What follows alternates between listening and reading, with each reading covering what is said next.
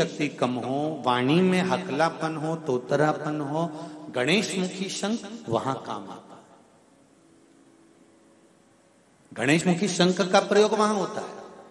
और गणेश मुखी शंख का एक प्रयोग और है, यदि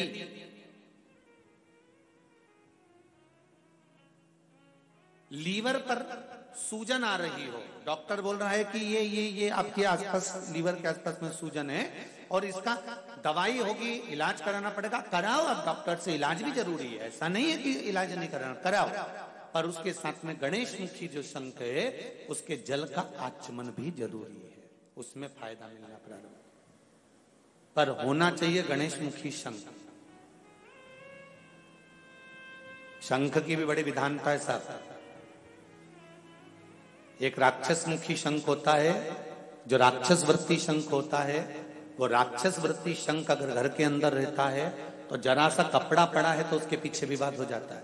पानी गिर गया तो विवाद, 5 मिनट बहू लेट उठकर आई तो विवाद, भोजन में कुछ त्रुटि हो गई तो विवाद, भाई भाई में कोई क्लेश हो गया, जरा सी बात हो गई तो विवाद, देवरानी जेठानी में। इसको कहते हैं राक्षसी शंख की महत्वता। वो शंख जब तक घर के अंदर रहता है तब तक वो आपको अशुद्धता का भाव देता ही रहता है।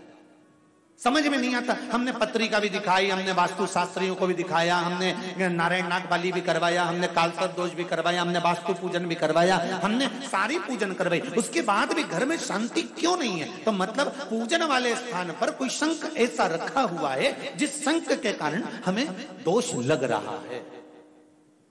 हम सब कुछ बदल दिए पर पूजन के स्थान पर हमने नहीं देखा कि हमने क्या चीज ऐसी रखी है जिससे हमको तकलीफ हो रही है। चलो और सरल भाषा में समझ जाइए। डॉक्टर के पास जाते हो तो डॉक्टर को कहोगे कि मेरे को पेट दुख रहा है, तो डॉक्टर पेट दुखने की अकेले की गोली देगा क्या तुमको? जम के बोलो जरा, जितने लोग भी बैठे, केवल पेट दुखने की गोली देगा क्या? नहीं, पेट दुखने के साथ में वो 3-4 गोली जरूर लिख कर देगा कि इसका साइड इफेक्ट इस पर ना हो, इससे इसको लॉक करूंगा, इससे एसिडिटी ना हो, इससे ये परेशानी। 3 या 4 तरह की गोली डॉक्टर लिख देता है।